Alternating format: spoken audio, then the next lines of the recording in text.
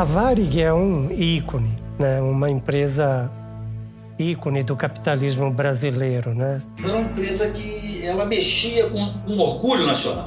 Eu gosto de pensar na Varig como a primeira multinacional brasileira. Ela foi a primeira marca brasileira presente em vários países do mundo. Ela figurava entre as 10 maiores empresas do mundo. A Varig, empresa brasileira, que consegue fazer tudo isso, eu acho que essa grandiosidade faz falta. Era uma estrelinha na bandeira do Brasil. A Varig faz muita falta. É a única coisa que eu tenho a dizer. Os céus estão diferentes. Quando a Varig entrou em recuperação judicial, reacendeu uma esperança, uma centelha de esperança de que ela não iria falir. E eu, nesse entusiasmo, eu escrevi um poema com o título de Augúrios, Desejos para a Varig. Toda a terra me conhece, sou de cor azul e branco. Para divulgar nosso canto do Brasil eu sou o elo. E num ato bem singelo, eu já vou cruzando o mundo para fincar firme e bem fundo o pendão verde e amarelo. Vocês receberam os 4 últimos salários? Vocês receberam as férias? De uma certa maneira, né, a gente tem que reconhecer que a Varig pagou um preço elevado pelo seu sucesso. O caso Varig é um fractal, é uma crise in vitro da grande crise brasileira. A quebra da Varig não foi só uma quebra de uma empresa aérea, foi uma quebra de um modelo que o Brasil devia seguir. O tempo foi testemunha, né, do absurdo, do trauma que foi para muita gente, né? Pessoas ficaram à míngua. Nós continuamos 16 anos depois do fechamento da Varig, lutando por justiça. Você não tinha solução para a Varig sem apoio político. Era impossível. A Varig foi falida por um modelo de gestão totalmente anacrônico, ultrapassado, jurássico, primitivo, o que quer que seja. A Varig não faliu, a Varig foi assassinada.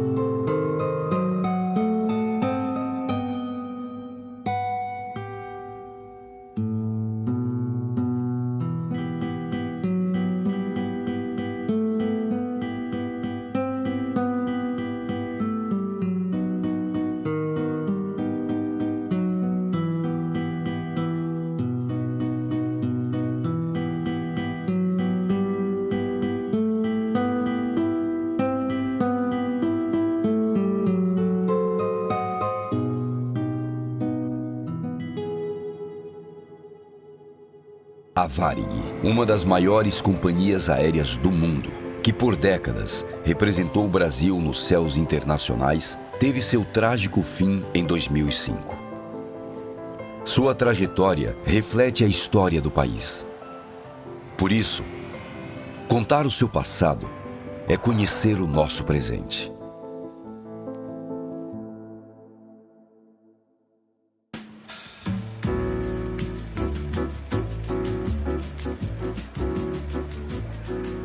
No início do século XX, o Brasil projetava uma imagem de paz e esperança para o mundo. O território de dimensões continentais e clima agradável estava se desenvolvendo. Era o país do futuro. Seduzidos por essa promessa, milhares de imigrantes aportaram por aqui.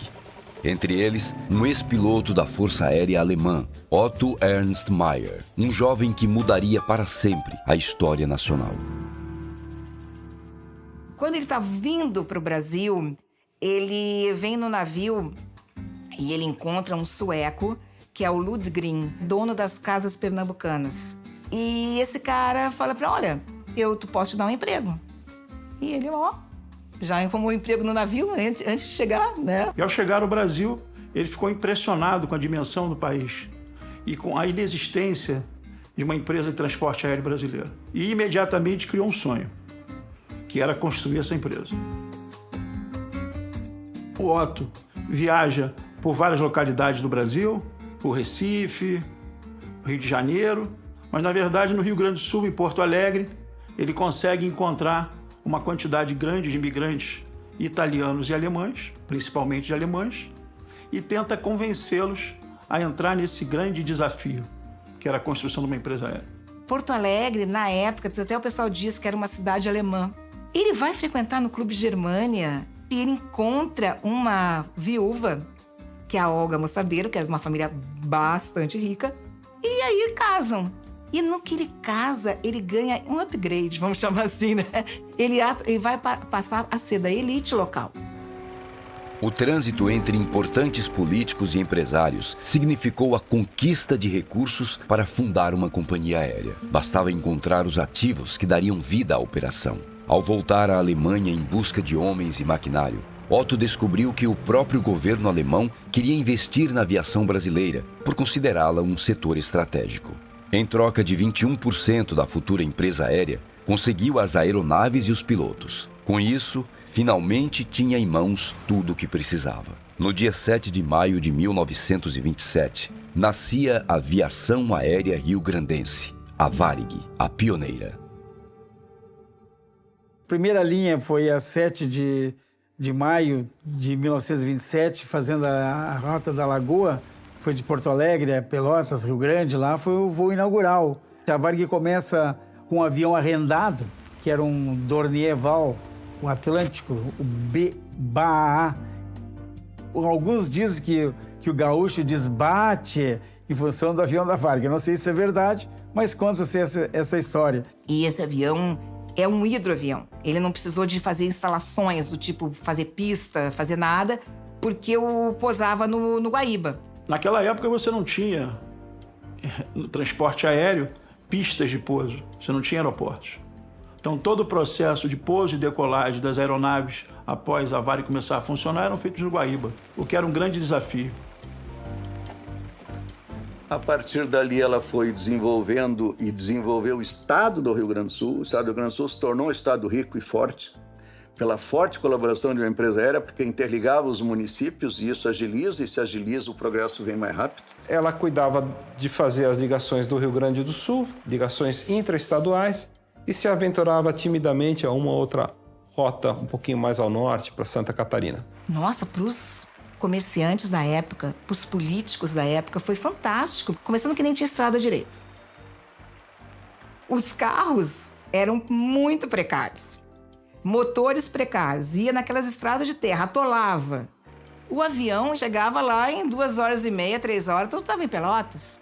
Rapidamente, Otto percebeu a necessidade de ter algum apoio governamental. Seria impossível seguir naquela jornada sem apoio governamental.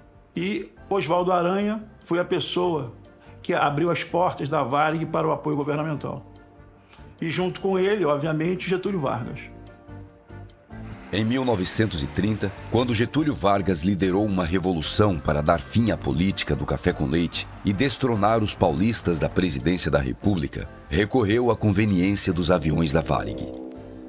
Quando foi fazer a Revolução de 30, tinha que ir lá nos coronéis, tá? Porque o Vargas vai ter todo o apoio do interior. E uma das coisas que a Varig vai fazer vai ser sempre botar um avião à disposição, né, e tal. E precisava ajuda da Varig para que pudesse levar Getúlio clandestinamente para outras localidades, para reuniões, como trazer pessoas também para Porto Alegre.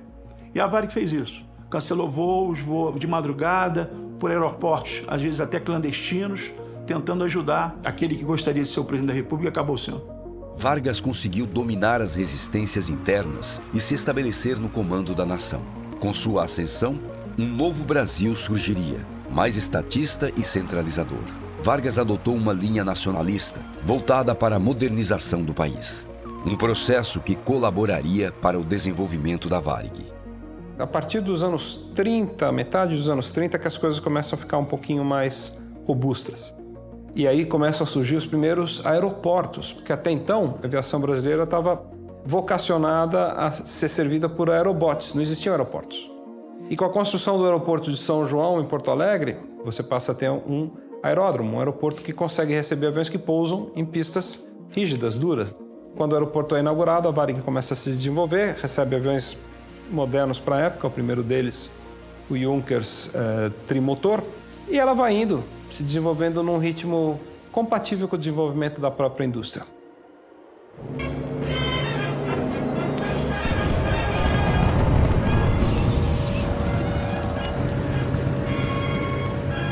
E no Brasil, você tinha uma bela discussão se o Brasil migraria para o eixo ou não. Getúlio Vargas tomou a decisão final de seguir com os aliados. Só que você tinha um processo de contrapartida de ambas as partes. Mas a contrapartida que o Brasil tinha que dar era que as empresas aéreas que existiam no Brasil deixassem de ser controladas por alemães e italianos. Teve os torpedeamentos de navios, e aí os brasileiros ficaram muito impactados com isso, os gaúchos aqui também. Então o alemão é o inimigo, é claro, é aquela época do Hitler. Então tem óticas alemãs que são quebradas, tem colégios que tem que mudar de nome. Oswaldo Aranha telefonou para Otto Maia e avisou que Otto Maia seria preso e que a empresa seria tomada por parte do governo, ocorreria uma intervenção. A Varig perdeu o seu primeiro presidente, Otto Ernst Mayr, que foi obrigado a ceder à presidência pelo crime que ele cometeu de ter nascido na Alemanha. Antes de ser preso pelo governo Getúlio Vargas, Otto transferiu o comando da companhia para seu primeiro funcionário e homem de confiança, Rubem Martim Berta. Otto Maia poderia fazer muitas coisas. Uma delas era vender a empresa para o brasileiro. A Varig, na época, já tinha um porte importante, era uma empresa sólida. Mas ele não fez isso. Porque Otto Maia entendia que a empresa ela era dos funcionários. Porque graças aos funcionários ele construiu aquela organização.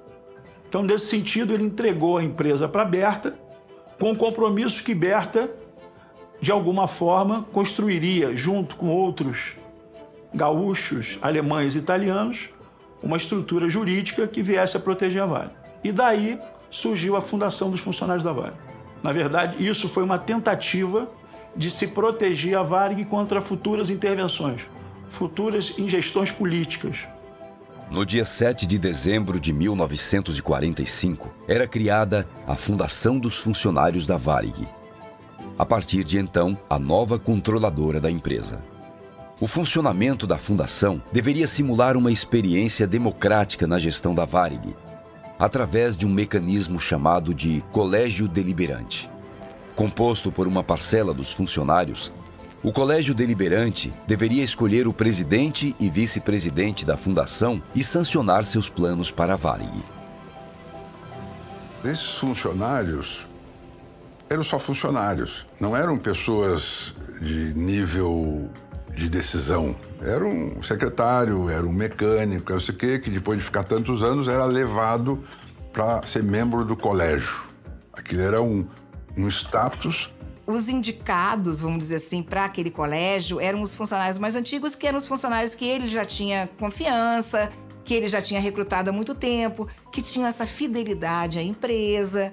O sistema de governança da Varig, que acaba ficando famoso, tecnicamente chamado Colégio Deliberante, sempre foi bastante controlado por quem detinha o poder. No caso, inicialmente, o Rubem Berta e os membros do Colégio Deliberante praticamente concordavam. O povo brinca bastante que era o colégio concordante. As pessoas concordavam porque estava ali, porque eles não entendiam nada, o cara era mecânico, o presidente dizia, vamos fazer isso, eles, vamos, pronto. O novo sistema concentrou nas mãos de Rubem Berta o poder então partilhado entre as centenas de acionistas. Com a manobra, Berta se viu livre para comandar a companhia e fazer valer sua vontade. E seria por essa liberdade e pelo exercício de suas ideias que a Varig conquistaria nas décadas seguintes uma nova posição no cenário brasileiro e mundial de aviação. Berta, que, como eu disse, tinha sido o primeiro funcionário da companhia, empreendeu um novo ritmo para a empresa. Rubem Berta foi um grande empresário na oportunidade, que ele realmente é o responsável pela grande expansão e pelo grande nome que é a aviação aérea rio-grandense. Foi o grande idealizador, vamos dizer, o visionário, o presidente visionário da Varig, foi quem realmente a tornou internacional. A Varig começa a sonhar alto. O primeiro grande movimento nesse sentido é a compra da Aerogeral, que era uma empresa que voava até Natal, Rio Grande do Norte, e com isso a Varig se aventura para valer além da região sul e sudeste. Ela começa a voar para a região inicialmente nordeste, depois centro-oeste e norte do Brasil. Ela começa a expandir sua linha de serviço. E em 55 a gente tem mais um momento que eu acho que é decisivo, uma mudança, uma inflexão na curva histórica da Varig. Em 55 a Varig ganhou o direito de voar para Nova York. A linha de Nova York, ela tem uma importância fundamental na Varig. Por quê? Porque não foi apenas a possibilidade de uma empresa lá do Rio Grande do Sul voar para a capital do mundo ocidental, Nova York. Berta enxergou aí um desafio e uma oportunidade, porque os líderes enxergam mais as oportunidades do que os desafios. E Berta era um grande líder. Ele falou, puxa, eu tenho que competir com a mais poderosa companhia aérea do mundo, a Pan American. O que eu tenho que fazer para encarar os gringos? Avião, eu estou trazendo um comparável ao que existe de melhor, o Lockheed Super Constellation, que a Varig comprou especificamente para essas rotas. Mas aí ele teve uma sacada de gênio, de mestre. Ele falou, vou ganhar dos Yankees na qualidade do serviço. Vou fazer algo que eles não fazem. E aí chamou um amigo dele, o Barão von Stuttgart, que tinha um restaurante muito conhecido no Rio de Janeiro, um restaurante boate chamado Vogue, e falou para o Barão von Stuttgart, falou, eu quero a comida que você serve no restaurante servida nos passageiros que vão para Nova York. O Barão não se fez de rogado e o resto é história. E esse homem desenha todo um cardápio especial. E esse cardápio surpreende os clientes. Os clientes ficam maravilhados e começam a comentar boca a boca. Você já viajou naquela empresa brasileira, Varig? A comida é uma coisa excepcional, não existe ninguém que faça aquilo no mundo. Então era cascata de camarão, lagosta, tinha feijoada, churrasco, coisas de louco. E os gringos adoravam aquilo.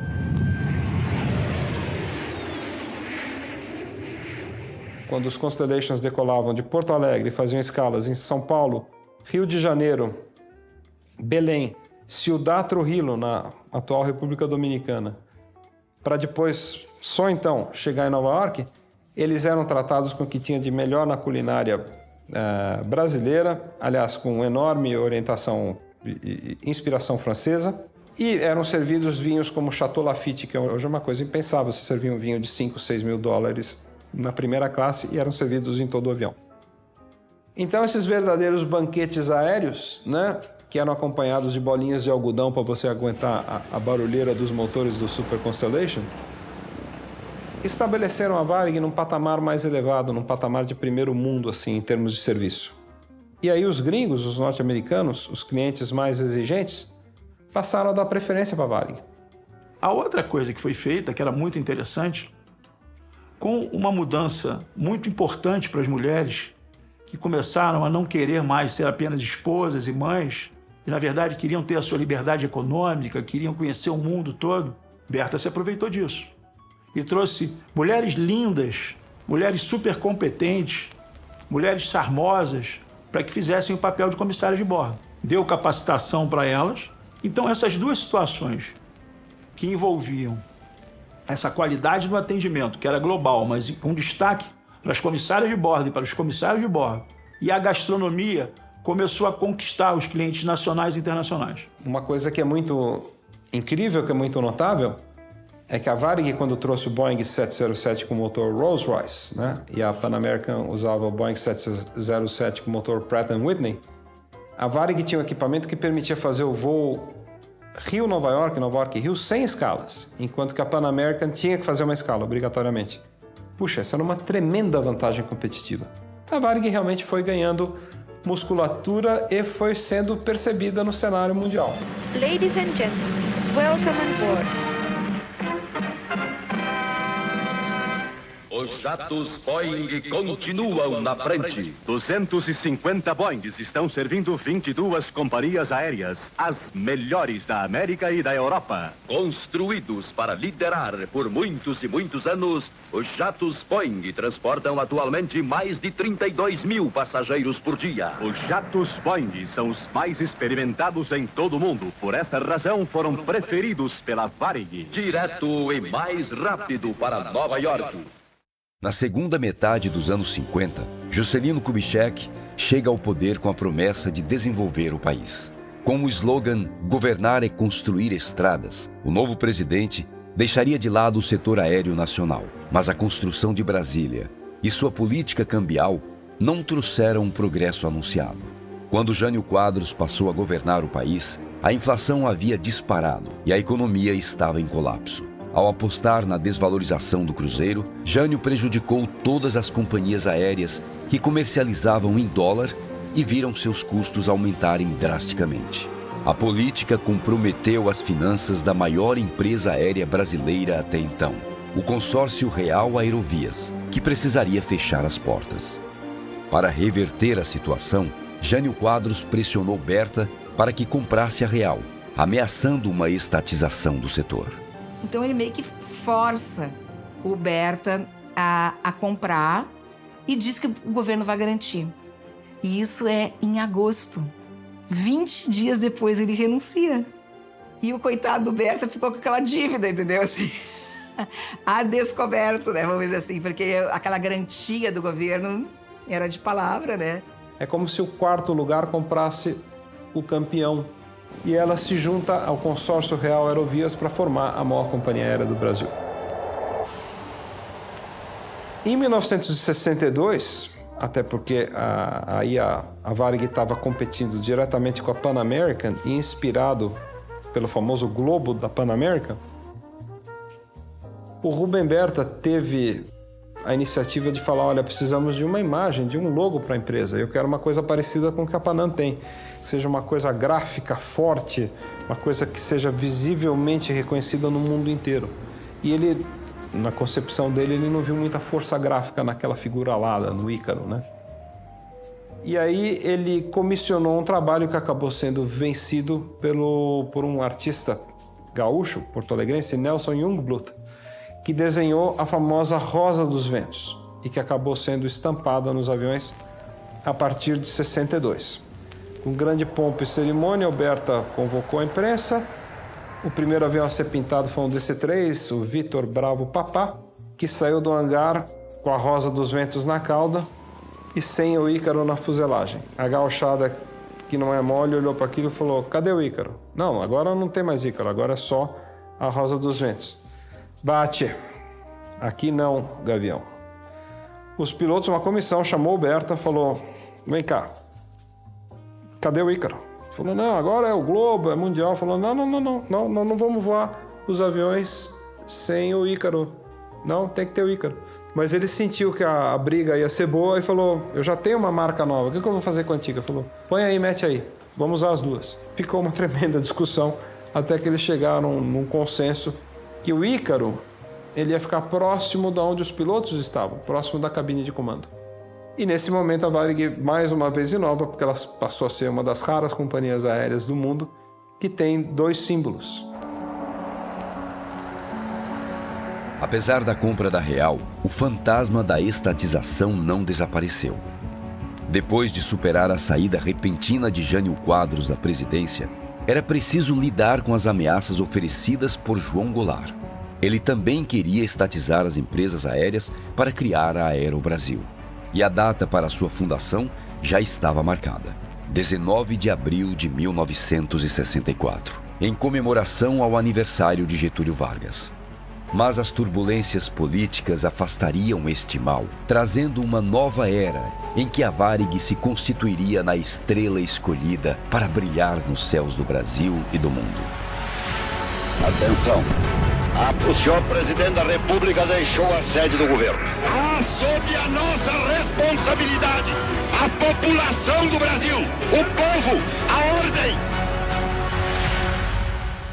Depois da convulsão de 1964, que é um ano capital na história do Brasil, a economia se estabiliza, ainda que politicamente o Brasil viva um momento de exceção, mas o Brasil começa a se desenvolver. A Varig agora dominava toda a América do Sul, toda a ligação com a América Central e a América do Norte, mas faltava a cereja no bolo da Varig, que eram as rotas para a Europa, que até então era um território ocupado e muito bem servido pela Panair do Brasil.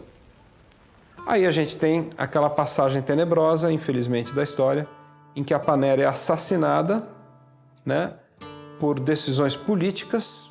Que, no meu ponto de vista, houve uma imprudência dos donos da Panair quando tentaram fazer algumas reuniões secretas com o objetivo de trazer de volta Juscelino Kubitschek à presidência da República. E isso, obviamente, foi pessimamente visto pelo governo militar. E aconteceu o que aconteceu.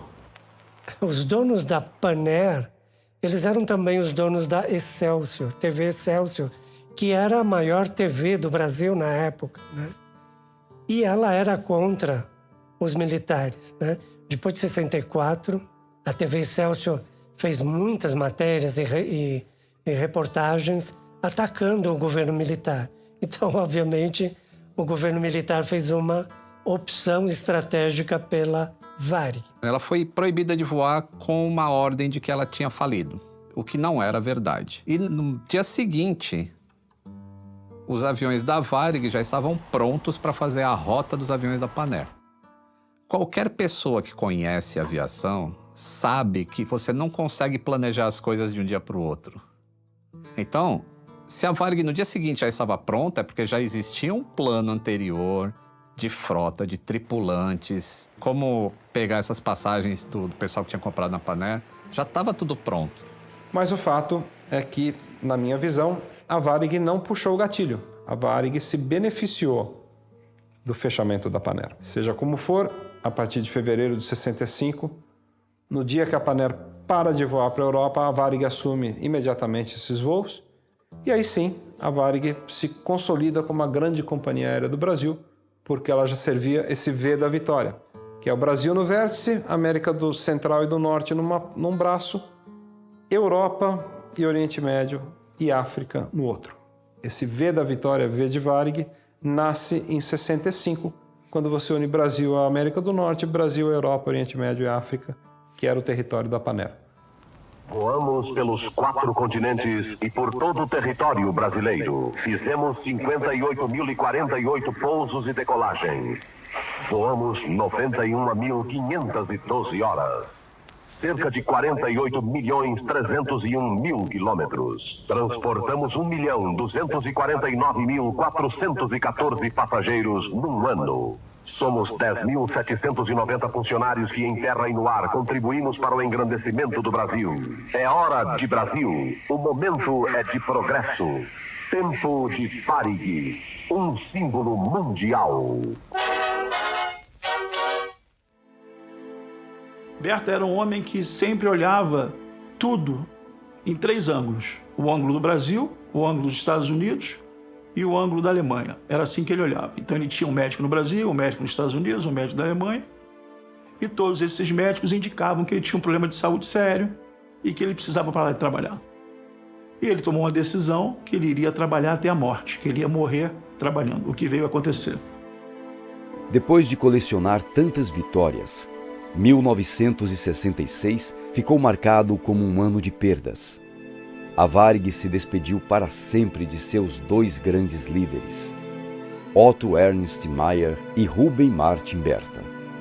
Mas a partida de Berta não significou o fim de sua influência sobre os rumos seguidos pela organização, pois foi de suas escolhas e visão de mundo que a empresa colheu seu mais elevado bem imaterial. Eu acho que tem um legado muito interessante do Ruben Berta, que é ele criou o sentimento de variganismo, porque ele, percebendo que a família é o suporte de um bom funcionário, ele investia nesse contexto. O falecido seu Berta, ele visitava as oficinas e perguntava o que está faltando, como é que está a tua vida, precisa de alguma coisa. Era um afeto, assim, quase que paternal. Era comum os funcionários precisarem de alguma coisa e interceptavam o Berta no aeroporto, no pátio, andando para os aviões, aquelas coisas todas. E ele simplesmente pegava um papel, um guardanapo e dava, por exemplo, uma passagem para não sei o que. Ele dava e o funcionário com aquele guardanapo ia na sessão pessoal, está aqui a autorização, e aquilo era documento. Aquilo não se discutia. Tinha a assinatura do Berta, está assinado, está mandado. A Varig sempre teve um serviço médico que, para o funcionário, para os familiares, os dependentes, com pediatria, obstetricia, todas as especialidades, a Varig tinha aquela... que era um porto seguro. E isso nos ensinou a amar a empresa. Ele financiava residência para os seus funcionários, principalmente o pessoal de terra, que tinha que ir de manhã cedo, os transportes na época eram difíceis e tal, então eles financiavam ir para aquela região do aeroporto, casinhas que os funcionários pagavam, mas a Varig era a sponsor, né? Então, tu imagina uma empresa que te cuida, uma empresa que te dá casa, uma empresa que criou o primeiro supermercado. Eles tinham um tipo de um armazém aonde tu fazia uma relação de toda a dona de casa lá, né? A esposa do comandante, a esposa do mecânico, a esposa... Era para todos, né? Ela faz uma lista de compras e eles vão descontar só no mês que vem do teu salário. Com o falecimento de Berta, trabalhando numa mesa, teve um infarto fulminante, o que ocorre? Há uma certa briga interna pelo poder, o que é normal numa grande organização. Vários daqueles eram pessoas que trabalhavam na empresa desde a sua criação, praticamente, e tinham a ambição do poder. Só que aqueles que eram leais a Berta mantiveram a posição de Berta, que inclusive tinha feito uma carta que ia ler na Assembleia, e não pôde porque faleceu, na qual ele dizia que o Eric era o seu substituto natural. E o Eric foi colocado na presidência. De dezembro de 66 a 1980, a gente tem o reinado de Eric Oswaldo Kastrup de Carvalho, que foi um grande presidente da Varig.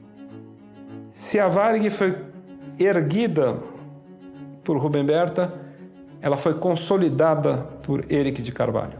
Ele não era oriundo da Varig, ele era Paner, mas ele era um homem de confiança e assimilou bem. O Eric de Carvalho tinha resistências, sofria resistências internas à época. O que eu fiquei convencido é de que isso basicamente arrefeceu porque o Eric de Carvalho passa a ter uma gestão mais técnica, mais voltada efetivamente para o negócio, e como isso faz sucesso, aparentemente passou a ter um certo controle. E por uma grande coincidência também, né? Porque na vida você tem que ter sorte. Sucesso é importante, mas sem sorte, às vezes, você não tem sucesso. O momento era propício. O Brasil começou a ficar na moda. O tricampeonato na Copa dos 70 deu uma projeção internacional para o Brasil. A Varig estava lá para colher esses louros todos. E a gente entra no milagre econômico brasileiro, que beneficia todas as empresas aéreas do Brasil, porque a economia crescia a 2 dígitos por ano, e a Varig era a empresa melhor equipada para fazer esse tráfego entre o Brasil e o resto do mundo, e mesmo o Brasil, o grande Brasil, sonhado pelos militares, né? Um Brasil que se conhece, que se frequenta, que se viaja. E como você teve um momento do milagre brasileiro, onde o Brasil crescia, e crescia muito, né? Que grandes empresas foram construídas, a Varig também decolou e conquistou o mundo. Houve uma decisão muito importante do governo militar que a Varig seria a sua empresa de bandeira. A empresa que iria representar o Brasil. A empresa onde seus escritórios seriam embaixadas do Brasil no mundo todo. Sem dúvida, a Varig foi um posto avançado, né, da diplomacia brasileira pelo mundo afora. Às vezes estava sem dinheiro, estava numa situação difícil, né, numa situação de dificuldade muito grande fora, procurava uma loja da Varig, de alguma maneira conseguia fazer um contato com a sua casa no Brasil, conseguia que alguém trouxesse um dinheiro, conseguia ler o jornal, né, de casa, conseguia ler uma revista, alguma coisa. A Varig tinha um serviço gratuito de transporte de medicamentos do exterior. Gratuito, não cobrava nada, cobrava o medicamento em si.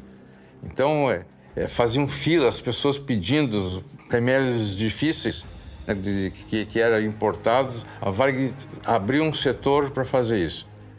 Se tu tinha um brasileiro doente em Paris e que precisava contato com a família aqui, na época não tinha internet, não tinha nada dessas coisas, a Varig fazia o contato, mandava pacotes, fazia coisa, ela fazia isso de graça. Ou seja, ela tinha um papel social com o Brasil muito grande. E a Varig passou a ser uma empresa que voava para praticamente todos os continentes. E voava bem. Voava com serviço maravilhoso, com equipamentos que eram os melhores da época, e foram anos de muito crescimento. A brincadeira que é a Varig, a dona da noite, que foi motivo de campanhas comerciais e publicitárias, na verdade, é até relativamente modesta. A Varig, naquele momento, era a dona do dia e da noite. Era a empresa brasileira de maior relevância internacional e enorme impacto no Brasil. Para o profissional, o aviador no Brasil, a Varig era, assim, a empresa dos sonhos. Como se diz em inglês, é Paramount, né? Era o topo do topo, né? O la crème de la crème, né? O exercício da profissão de aeronauta no Brasil, ele era concebido de uma forma genérica e de uma forma especial, que era ser o piloto da Varig. Não é à toa que ela ganhou diversos prêmios internacionais. Ela estava sempre entre as 3 melhores empresárias do mundo, por causa do serviço. O serviço de bordo da Varig foi premiado na década de 70 como o melhor serviço de bordo do mundo. Isso é um marco que dificilmente uma empresa alcança, ainda mais uma empresa sul-americana. A Varig simplesmente foi a empresa no mundo de melhor resultado. E ela figurava entre as 10 maiores empresas do mundo. E logo depois disso, a presidência é assumida pelo seu Hélio Schmidt, que era parente do Rubem Berta, né? E que, de uma certa maneira, carregou a tocha da tradição na Varig pelos anos 80. O Hélio era muito mais, como o Berta, era carismático e consultava muito as pessoas e tomava atitudes em consenso. Durante esta fase, em números macro, você tinha uma Varig com cerca de 2,5 bilhões, pouco mais, pouco menos, de patrimônio líquido positivo e dona da frota de aeronaves quase que 100%, mais 90% da frota própria.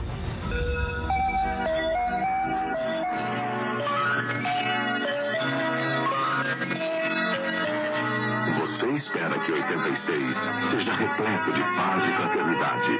Nós também.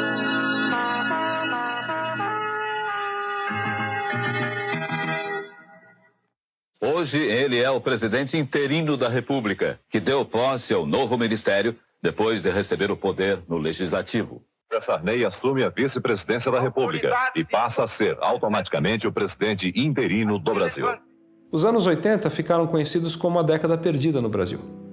A economia brasileira foi destroçada, primeiro por uma crise internacional e segundo por uma crise gestionada aqui dentro do Brasil, que passou por uma série de convulsões, a transição do fim do período de exceção para o início da democracia em 85, e depois com sucessivas atrapalhadas econômicas das equipes econômicas que assumiram, juntamente com o presidente José Sarney, que entrou com aquela série de famigerados pacotes econômicos que destroçaram não só a economia como um todo, mas aniquilaram com as chances de sobrevivência das companhias aéreas brasileiras. A partir de 85 ali, começou a ter no Brasil assim, um período de muita inflação.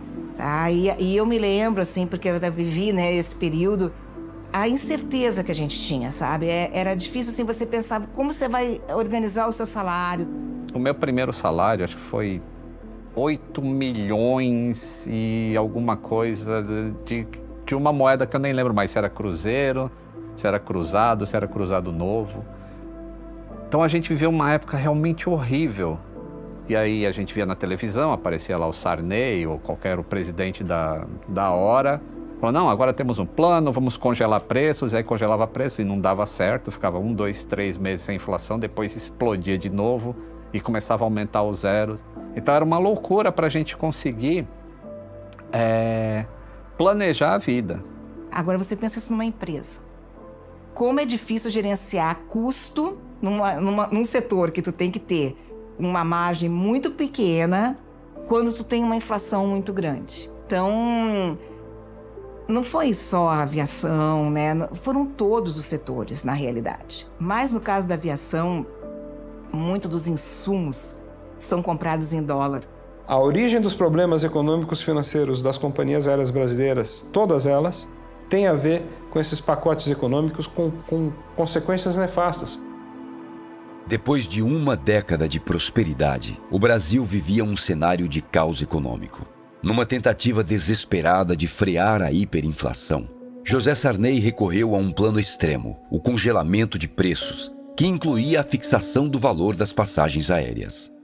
As medidas anunciadas hoje de manhã pelo presidente Sarney representam a mais profunda mudança na história da economia brasileira. O processo de deteriorização da economia da Varig, ele se inicia no governo Sarney, com o congelamento tarifário. Esse congelamento tarifário que aconteceu foi terrível, assim, porque uma coisa é uma empresa definir qual que é o valor de uma passagem aérea, que era o que aconteceu com a Varig e o DAC.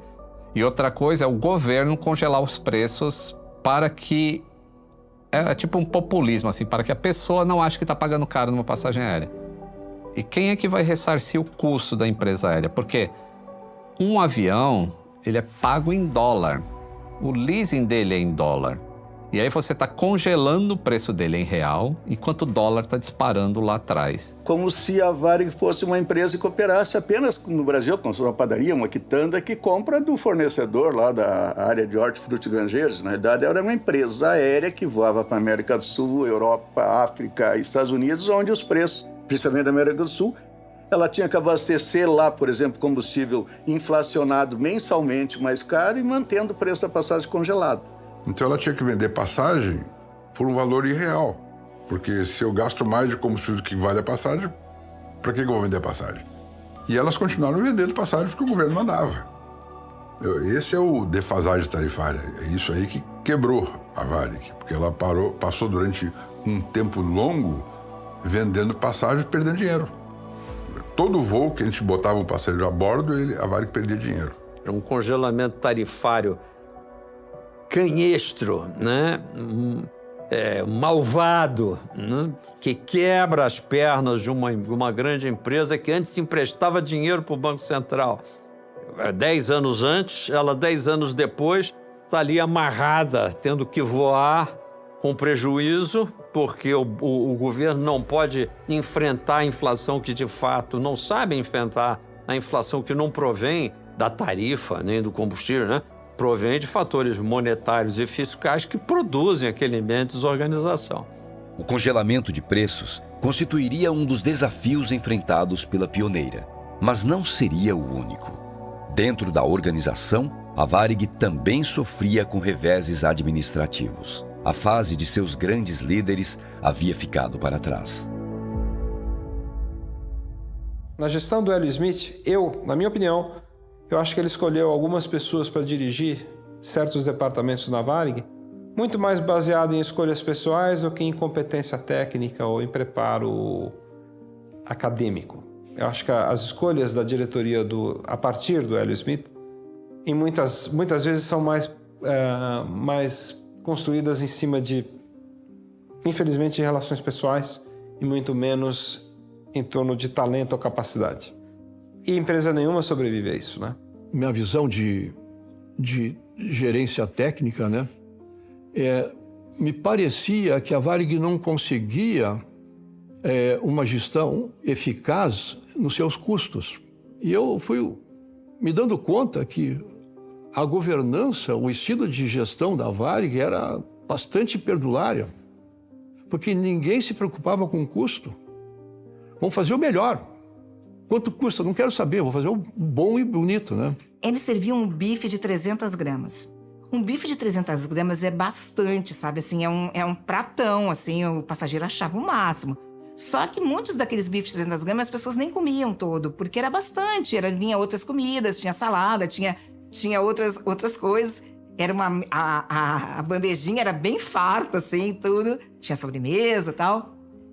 E aí um cara lá pensou, vamos tirar 100 gramas. Aí fez as contas lá, né? Que se ele tirasse 100 gramas do bife, Nossa, somando todos os voos, somando todos os prazos, era toneladas que na verdade eles iam economizar.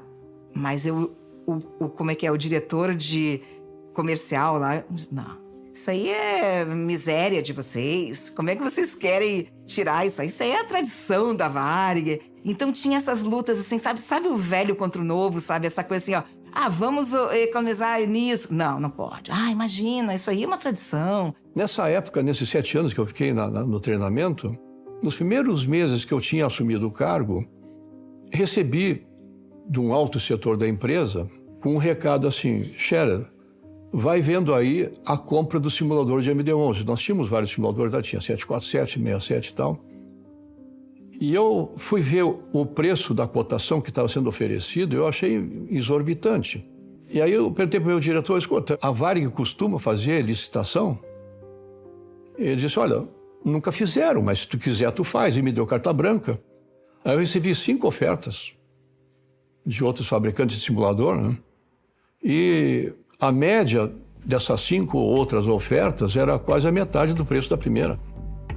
A forma de gestão, de governança da companhia facilitou muito que tudo fosse mantido em compartimentos estanques e em benefício de poucas pessoas e não benefícios, assim, significativos do ponto de vista patrimônio pessoal. É isso. É mais gestão com resultados que beneficiam pessoas dentro das circunstâncias da própria gestão, mas que para a empresa são extremamente nocivos, perdendo a sua saúde econômica, financeira. A gestão de pessoal, ela era um pouco bagunçada sim, porque eu, por exemplo, eu tive um erro no meu salário uma vez, veio errado o holerite. E aí eu perguntei para o meu amigo que entrou comigo no mesmo dia, fazia a mesma função e o dele não estava errado, estava certo. E aí eu levei isso para o departamento pessoal e ficou 4 anos para eles resolverem uma questão de erro deles. Uma das reuniões que eu assisti, e uma diretoria queria fazer um novo tipo de serviço num voo do Brasil para Madrid, uma primeira classe diferenciada e tal. E nessa reunião, esse diretor pediu que o 767-300 fosse modificado na sua primeira classe maior e com isso ia ter que deslocar banheiros e galhos e coisa, né? E o que acontecendo, depois de muito dinheiro gasto, muitas horas extras de projetos de modificação e reconfiguração e tal, e os aviões ficaram prontos no final de março. E foi anunciado para esse diretor: olha, os aviões estão prontos, como pedido, pode operar agora no início de abril. Qual a modificação? Aquela pedida em janeiro. E eu ouvi, não precisa mais, continua a mesma coisa. Esse tipo de coisa eu assisti muito. Encerra essa década basicamente com os mesmos 2,5 bilhões, mais ou menos, de déficit. E a frota já tinha sido toda vendida e praticamente toda realugada. Agora paga aluguéis para terceiros para o uso das suas próprias aeronaves. O seu Hélio passa um período bastante difícil de gestão. Infelizmente, não foi um período de sucesso, por mais esforço que ele tenha feito junto com a sua equipe, mas ele faz o sucessor. O sucessor do seu Hélio é o Rubel Thomas. O Rubel, ele era mais ele. Ele tinha um estilo de administração diferente.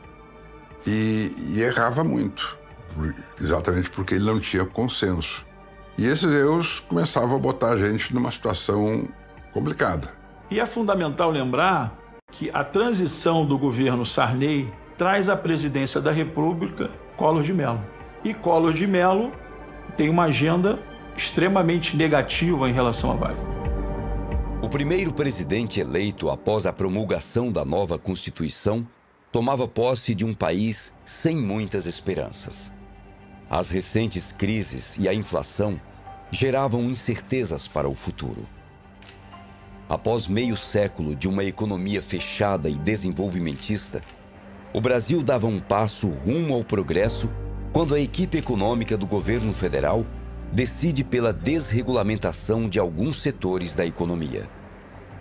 Com a proibição das importações decretada pelos militares em 1976, a indústria automobilística brasileira, num país apaixonado por carros, tinha que se contentar apenas com a Ford, Volkswagen, GM e a Fiat.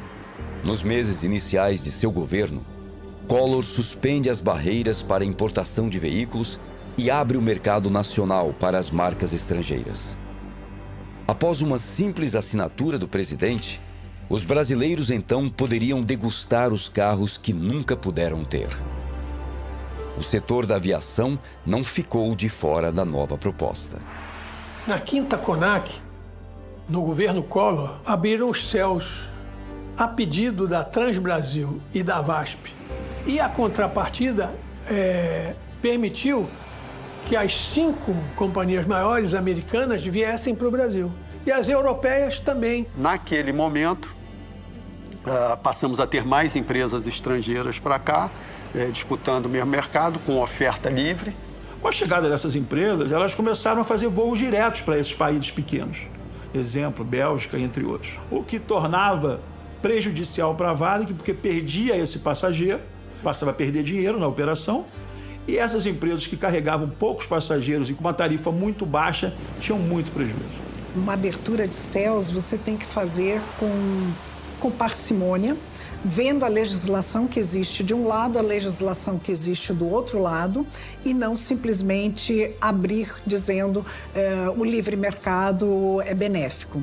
Por quê? Porque as empresas que vinham de fora eram gigantes, com subsídios enormes dos seus países de origem, e quando operavam no Brasil, operavam com impostos muito inferiores aos que as empresas brasileiras pagavam. Então, era uma relação injusta e totalmente desequilibrada. Então, da forma como foi feita, foi um caos. Foi um caos para a aviação brasileira, que foram os maiores prejudicados. Para a aviação americana, foi uma festa. Enquanto durante a alta inflação aqui, o sujeito pagava quase 200% de juros, eles tinham capital a 8% ao ano. Peças de tudo, um gerador de um avião desse custa $500 mil. E lá o sujeito ia na esquina e comprava em moeda nacional. O bilhete da nacional é taxado muito mais. Por exemplo, nos Estados Unidos é 7,5%. Na Europa é 14%, taxação total do bilhete. Aqui era 34,7%. Aquilo foi uma catástrofe. Catástrofe para o transporte aéreo brasileiro, para a Varig, para a VASP e para a Transbrasil. Se perdeu muito dinheiro, muito dinheiro. Não tinha mercado para isso ainda. Não tinha passageiro suficiente para sustentar 6 empresas. Uma empresa como a Panam, que é a maior empresa aérea, foi a maior empresa aérea do mundo. A Panam voava para qualquer lugar que você imagine. A Panam era um símbolo tão forte que, se você assistir o filme 2001, Uma Odisseia no Espaço, do Stanley Kubrick, a nave que está chegando num planeta tem o símbolo da Panam, é uma nave espacial da Panam. Então, ninguém nunca ia imaginar que a Panam pudesse quebrar. E ela quebrou quando aconteceu a desregulamentação nos Estados Unidos. Se os gestores da Varig tivessem observado que a desregulamentação ia chegar no Brasil, talvez tivessem tomado outros tipos de ações para proteger a empresa. Não tomaram. Então, quando veio a desregulamentação, aí começou a derrocada. Aí foi prejuízo em cima de prejuízo, tanto da Varig, quanto da Transbrasil, quanto da VASP. Todas as 3 gigantes, elas não existem mais hoje, por causa da desregulamentação e da competição. Apesar das políticas liberais na importação, as políticas cambiais não haviam mudado. Assim como seus antecessores, o plano de Collor para combater a inflação incluía o congelamento de preços, mas com uma novidade ainda mais perversa: o confisco das poupanças. A medida gerou um caos. Sem acesso ao dinheiro, as pessoas não tiravam mais férias e passaram a poupar o pouco que tinham. O então presidente da Varig, Rubel Thomas, enfrentou uma situação nunca antes vista na empresa. As dívidas acumuladas e a concorrência acirrada, tanto no mercado nacional quanto internacional, exigiam da companhia uma mudança radical. O Rubel tem uma história interessante porque a gestão dele foi marcada por alguns erros estratégicos incríveis, né? No momento em que o mercado de aviação demandava passagens menores, valores menores, ele defendia uma empresa aérea com serviço premium, passagens caríssimas, etc., alta qualidade, etc. Em final, foi um grave erro que acabou comprometendo ainda mais o pouco capital que a Varig tinha para sair da crise. Percebendo que as coisas estavam saindo do controle e que a empresa estava grande demais para ser dirigida por apenas um só homem, a Fundação Rubem Berta toma uma medida drástica. Então, em maio de 94, foi dia 14 de maio de 94, eu li uma carta no colégio dizendo da indevida estrutura de acúmulo de cargos, etc. E aí propunha que fosse criada uma comissão para modernização dos estatutos da Fundação que privilegiasse a independência dos três poderes, etc. Dessa comissão surgiu a ideia de fazer um conselho de curadores que substituiria a presidência da Fundação. Com essa desarticulação, criou-se o presidente da Fundação, aí criou-se um conselho de alguns diretores e funcionários, e esse conselho é que indicava o presidente da Varig que não deveria ser um dos próprios. Então, ficou essa estrutura. Só que tinha muito funcionário do colégio que tinha o seu diretor. E ele dizia para o diretor que não é assim, porque senão eu vou lá no colégio porque aí o colégio deixou de ser concordante e passou a ser deliberante. Então, começou a haver inversão de valores dentro da Varig, funcionário achando que mandava no seu diretor, e isso deu espaço para uma politicagem. E essa politicagem foi que abalou a confiança da Varig junto com os órgãos do governo e até com os seus lessores nos Estados Unidos e fora, e começaram a dizer, não, pô, ali dentro tem confusão, vamos tirar o nosso porque não dá para ficar aí. E a estrutura ficou da seguinte forma: colégio deliberante, abaixo do colégio deliberante, o conselho de curadores, com 7 membros, abaixo do conselho de curadores, a FRB-Par, que era a grande holding, abaixo da FRB-Par, 3 subholdings, a Varig, a VPSC, Varig Participação Serviços Complementares, a VPTA, Varig Transporte Aéreo, e embaixo dessas estruturas, empresas. No caso da Varig em particular, quando foram criadas, primeiro eram unidades de negócios, se transformaram em empresas, a Varig Engenharia e Manutenção e a Varig Log. Embaixo da VPTA, Transportes Aéreos, a Nordeste e a Rio Sul. E embaixo da VPSC, Serviços Complementares, a Tropical de Hotéis e a SATA.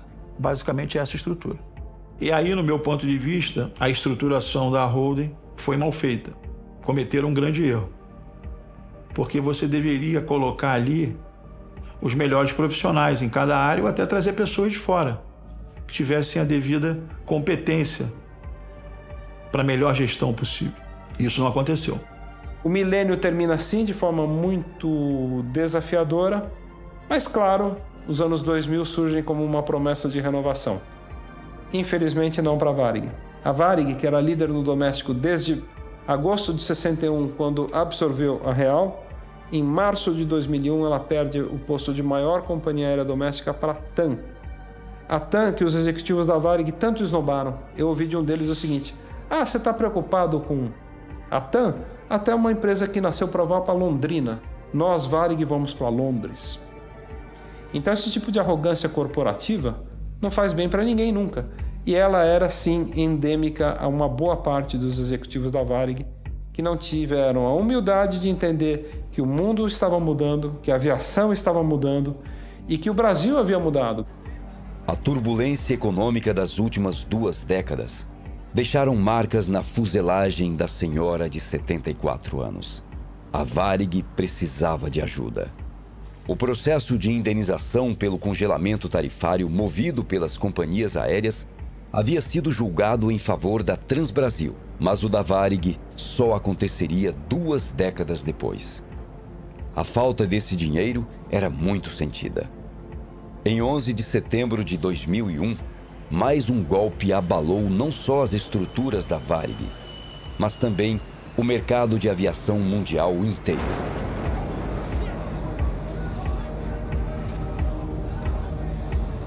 No ano seguinte, a seleção brasileira trazia a taça do Penta nas asas da Varig, símbolo do final de uma era. Essa foi a última vez que a estrela da pioneira brilhou mais forte.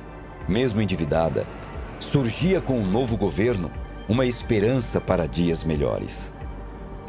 O Yutaka, ele me mostrou claramente que tinha uma força que estava muito interessada na destruição da Varig, que era o PT, o Partido dos Trabalhadores, né? Tem um episódio que ele descreve que o Delúbio Soares e o Silvio Pereira foram à Varig pedir uma doação para o PT. Isso na primeira eleição do Lula, em 2002, né? Eles chegaram lá, olha, tá todo mundo doando, o Rolim tá doando.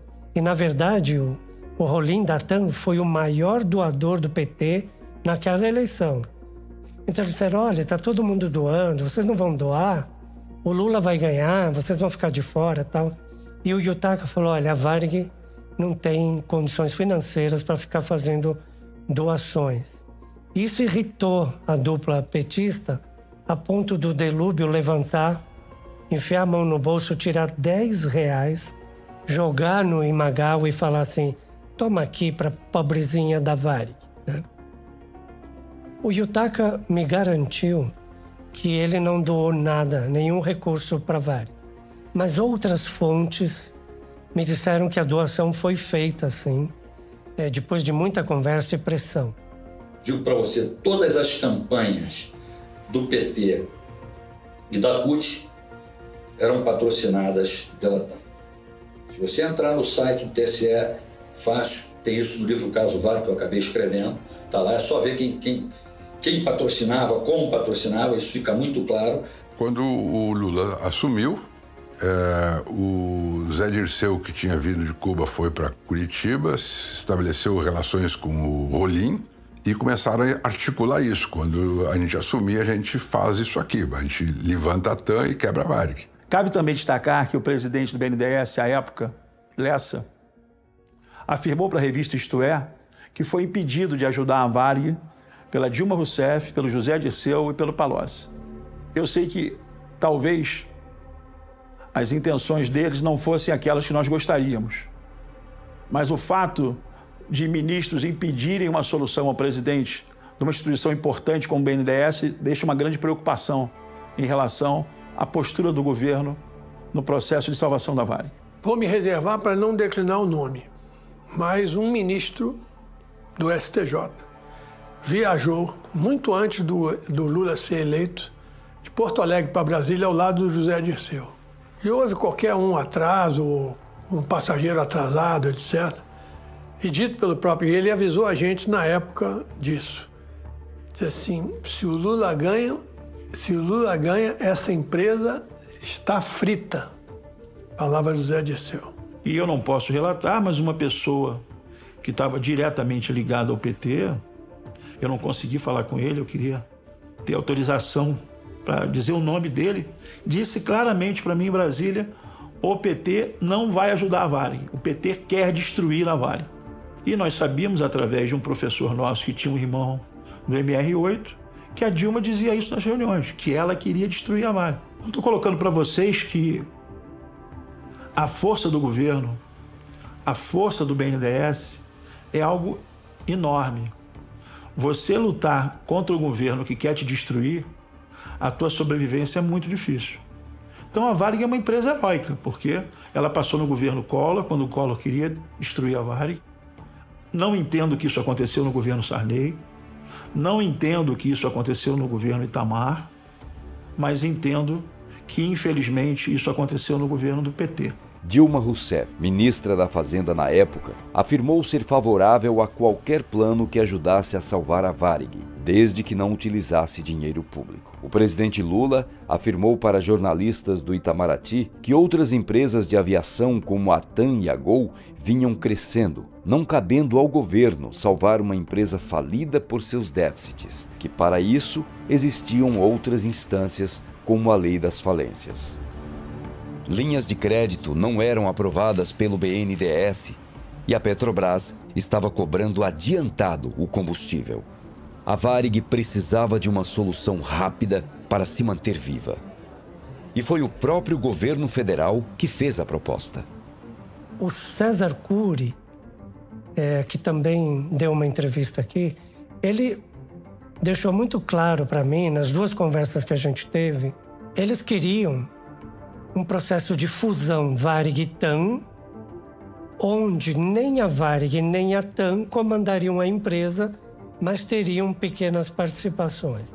E o César Cury falou claramente, dizendo, olha, eu conversei com eles e eu falei, mas quanto a Varig vai ter nessa nova empresa? E o governo disse, não mais do que 5%. E eu falei, tá bom, tudo bem.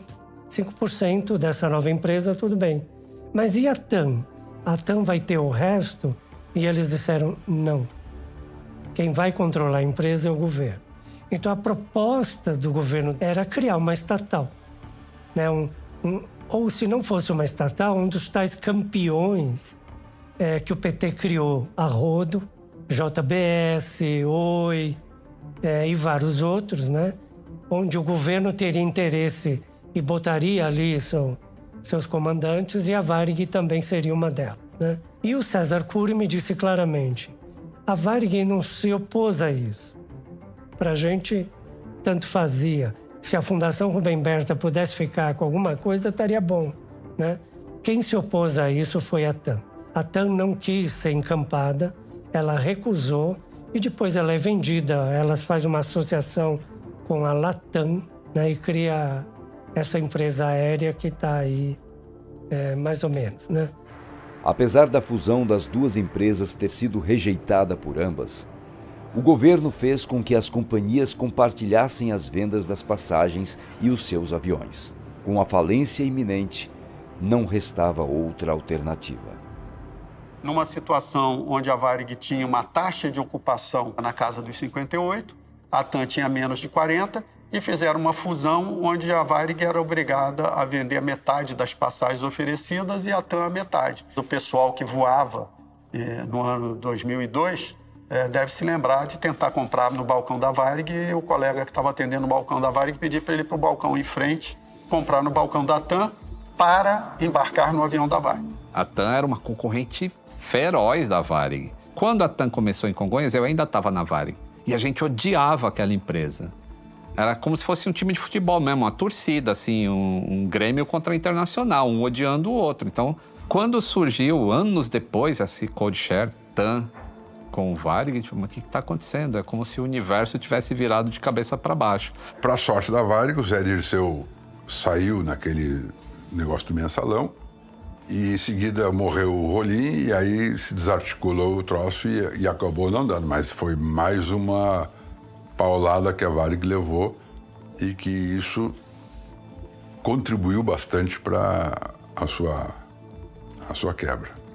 Inconformados com a situação da empresa tão querida pelos seus funcionários, parte deles se organizava para exigir mudanças. A Associação dos Pilotos da Varig, então, começa a desenvolver um plano para salvar a empresa. A forma com que se construiu esse movimento de ação industrial, esse movimento no sentido de interromper a decadência da Varig, ela foi programada com assessoria de uma empresa de consultoria na área administrativa, comandada pelo professor Paulo Rabelo de Castro.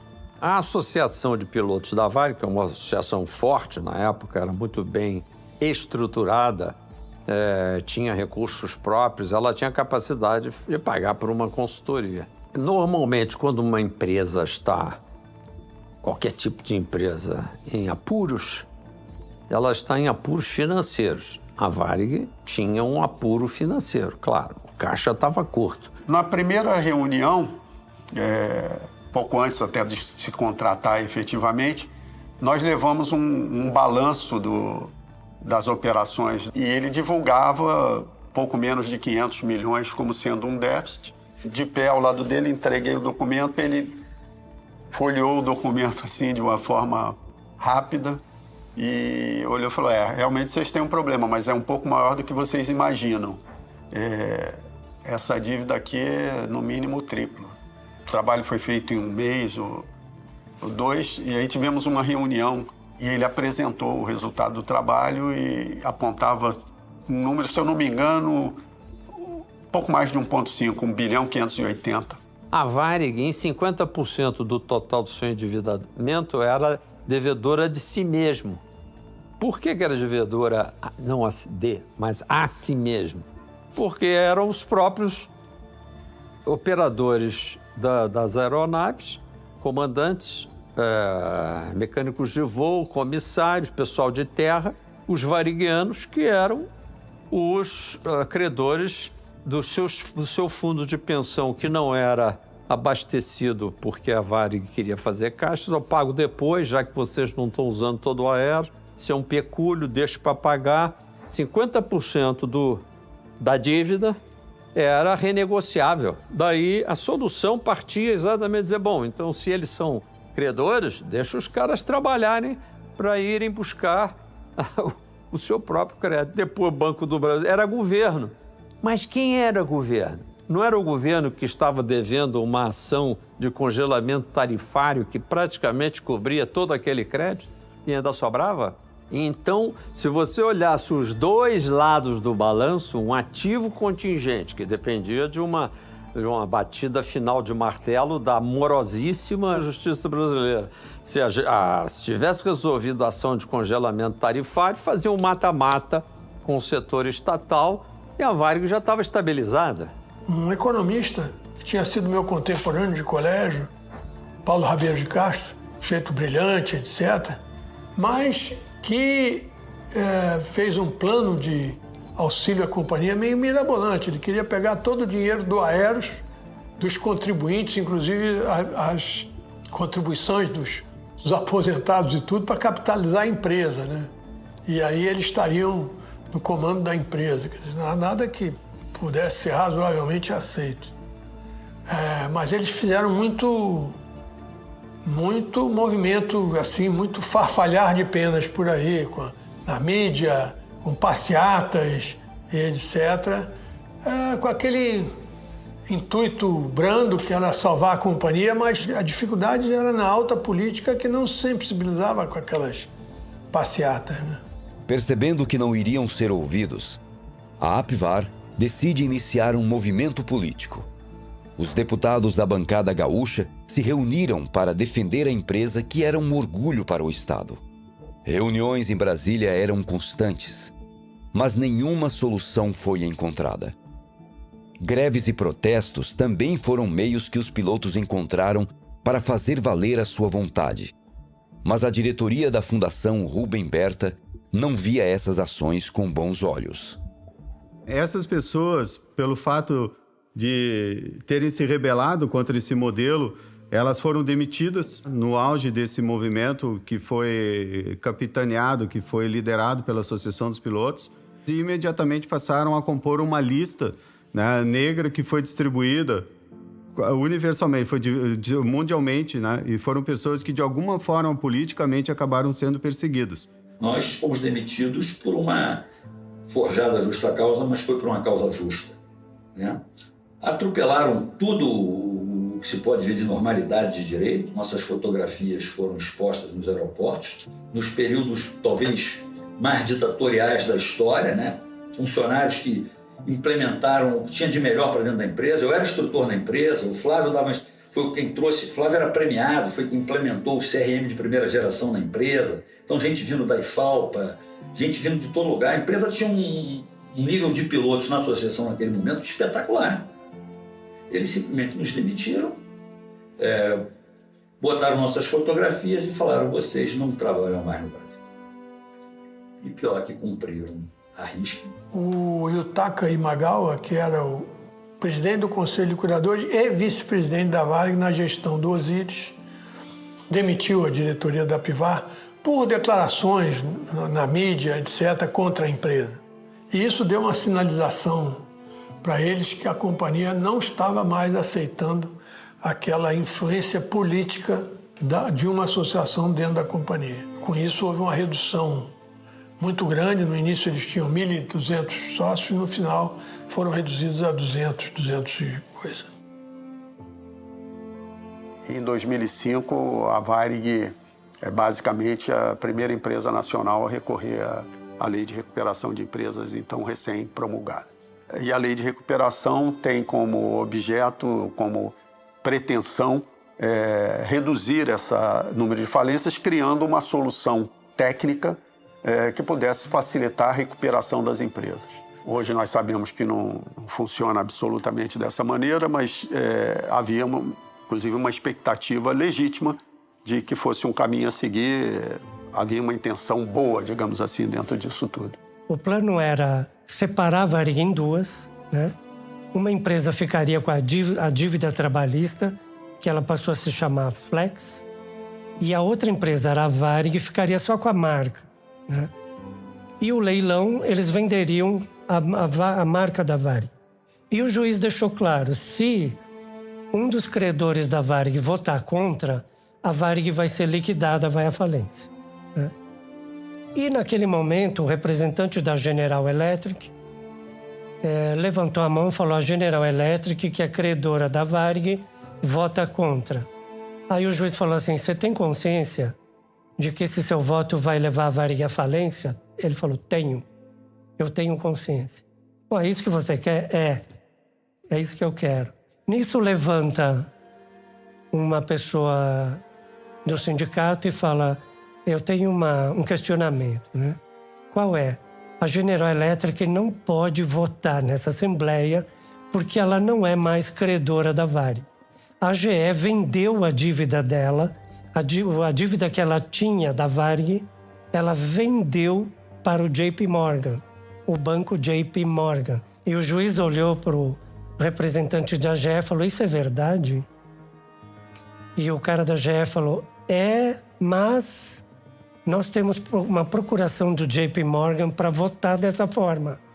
Aí o juiz falou assim: se você tem uma procuração, por favor, apresente. O banco não nos enviou ainda. Aí o juiz falou: sinto muito, o seu voto não é válido. E, dessa forma,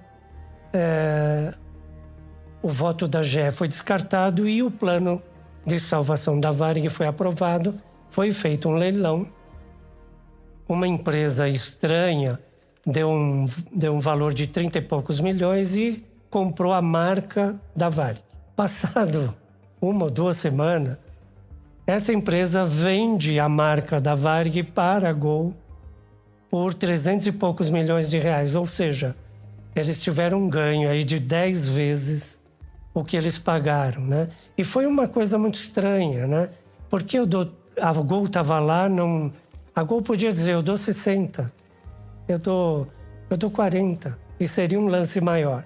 Mas ela não deu. E a Gol leva a marca da Varig, né?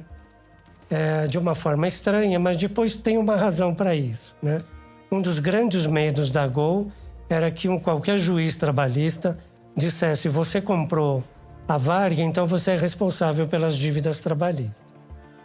Mas, com essa intermediação, que é evidente que era proposital, os créditos trabalhistas, as dívidas trabalhistas morriam ali.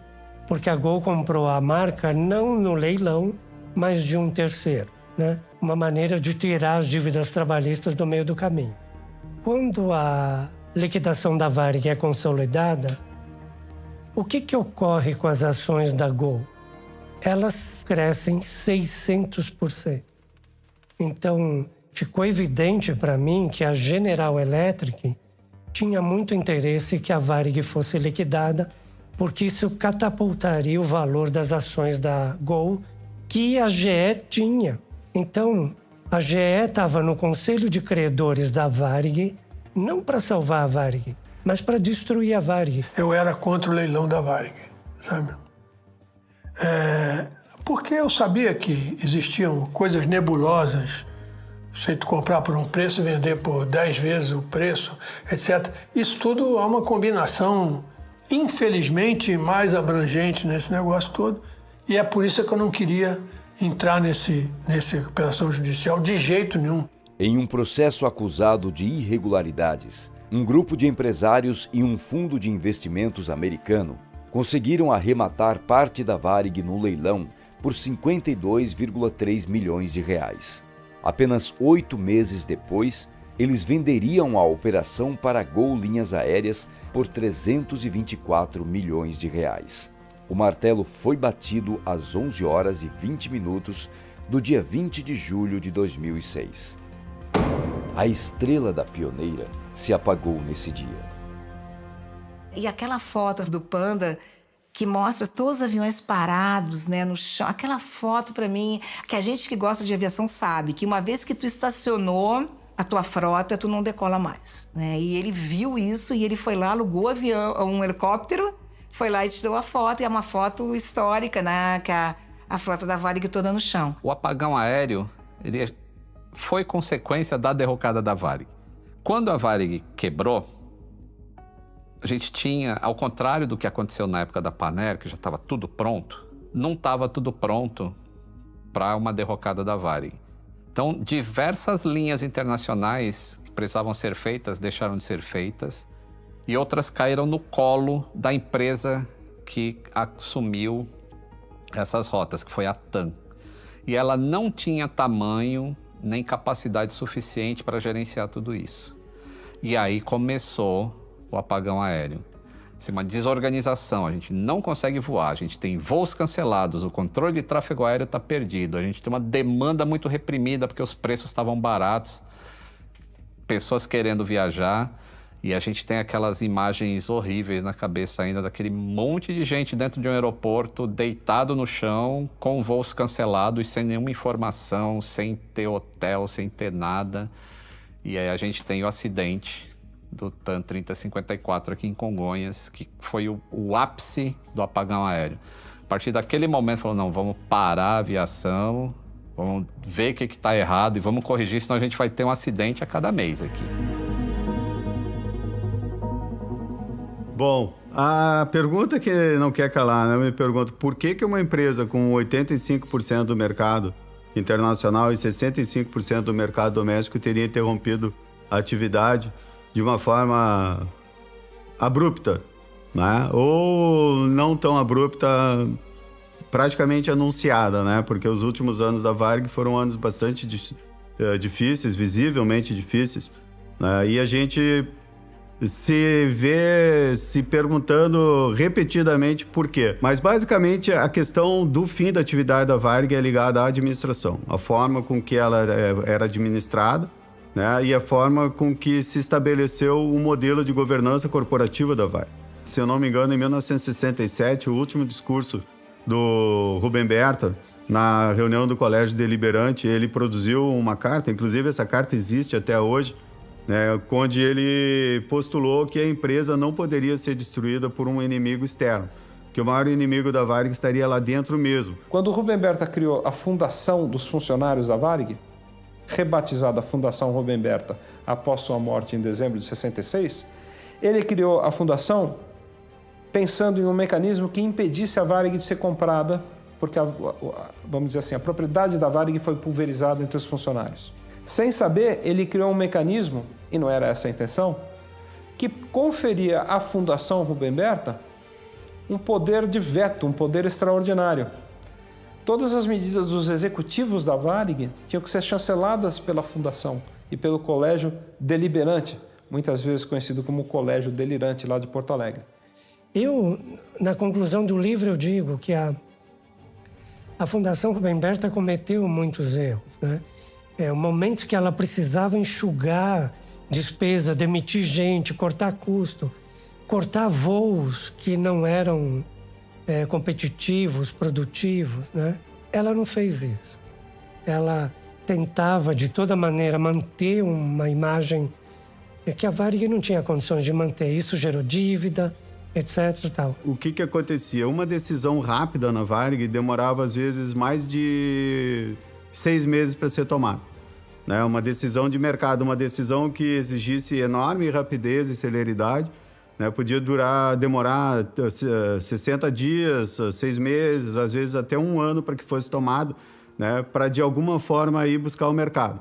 Mais do que isso ainda, né? Acabou por se detectar um modelo de administração quase que familiar, né? Com um cunho e um caráter assim de ligações políticas dentro da empresa que beirava o compadrismo, né? Eram empresas onde os administradores eram compadres de alguma forma e a decisão de né, podia facilitar a vida de outro. Então havia uma espécie de simbiose dentro da empresa onde parasita e hospedeiro se relacionavam em prol, né, de um resultado que tinha um caráter mais individual do que corporativo, né? A Varig era muito bem administrada, sim, senhor.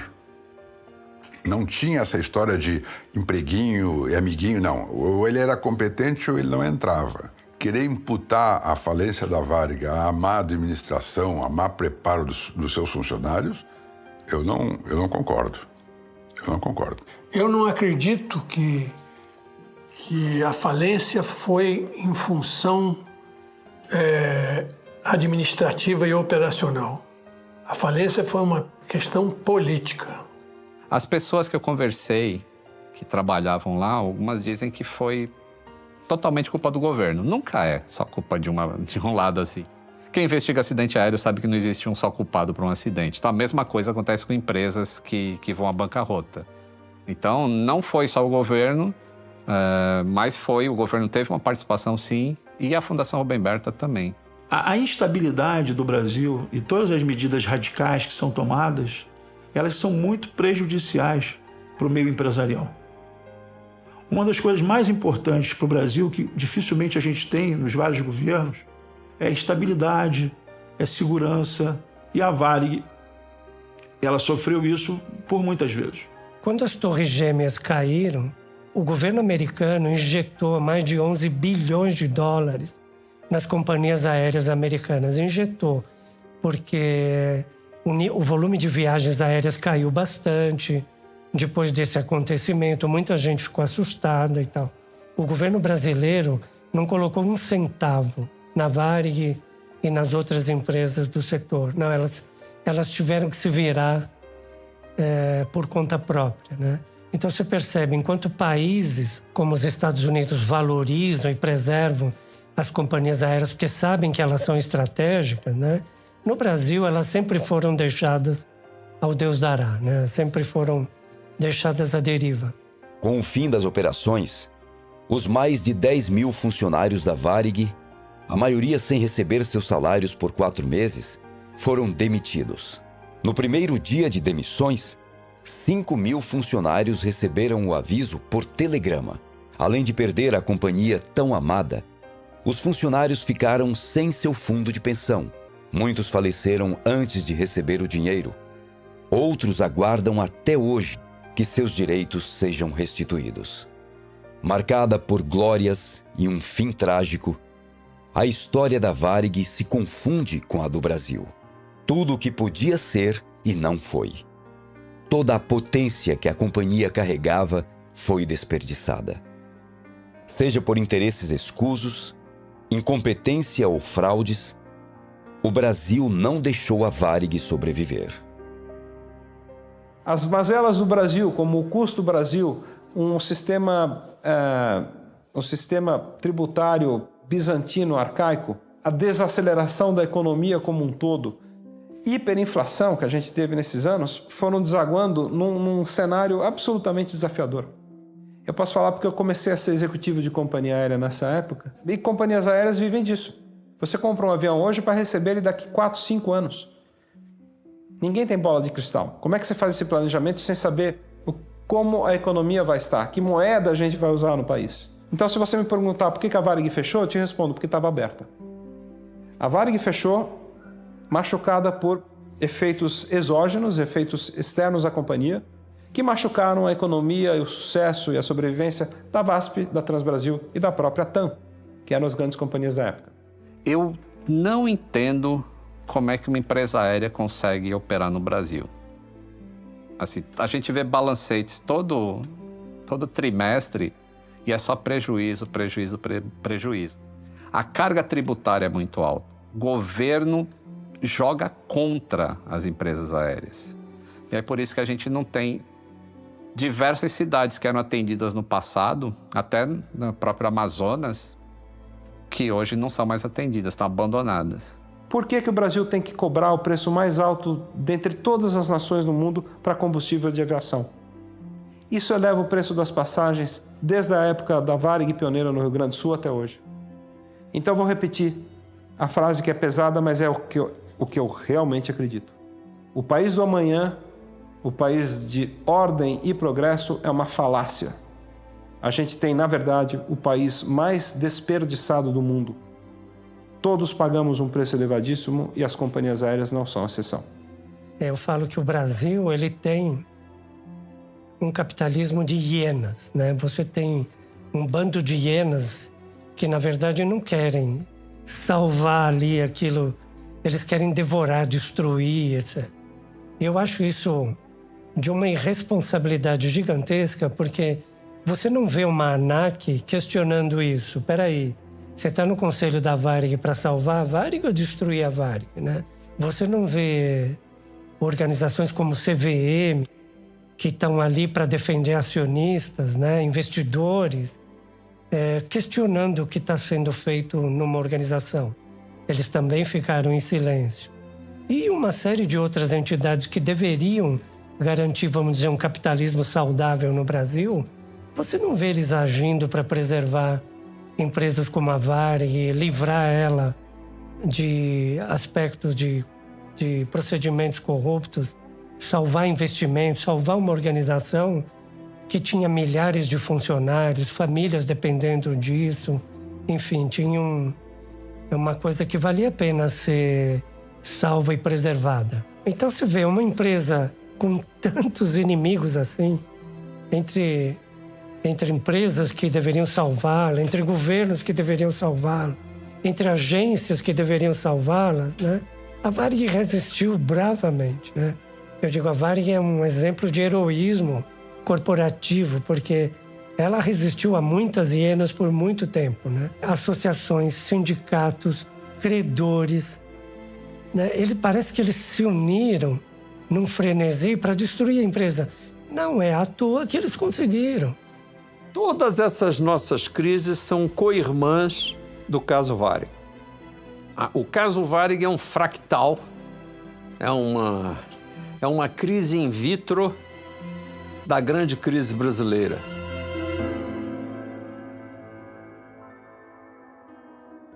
O descaso do governo com a Varig.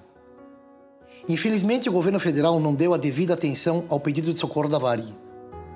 Mesmo tendo uma solução fácil, rápida e sem necessidade do uso de dinheiro público, preferiu virar-lhe as costas, permitindo que milhares de trabalhadores perdessem seu emprego, deixando que uma empresa genuinamente brasileira, com tecnologia, estrutura, equipamentos de primeiro mundo, fosse esquartejada e que seus funcionários ficassem desamparados, bem como o país à mercê de apagões e caos aéreos.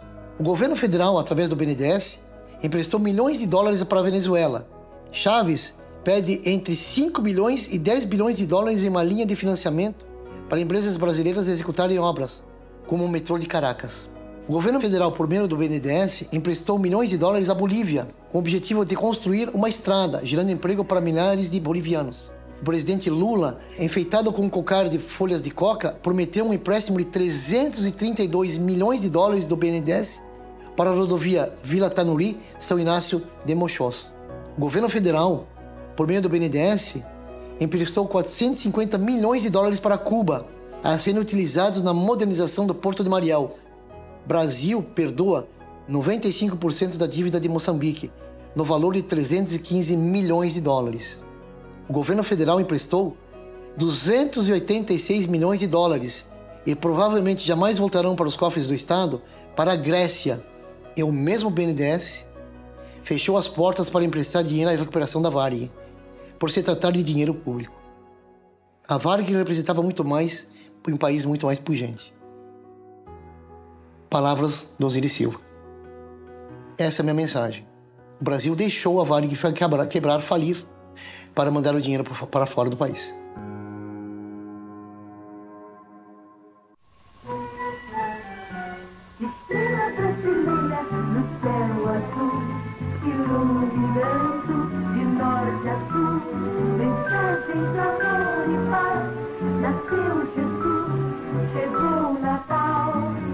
Papai Noel voando achado pelo céu, trazendo um Natal de felicidade e um ano novo cheio de prosperidade.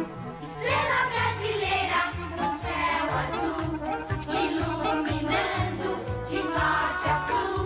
Mensagem de amor e paz, nasceu Jesus, chegou o Natal. Papai Noel voando a jato pelo céu, trazendo um Natal de felicidade e um ano novo cheio de prosperidade.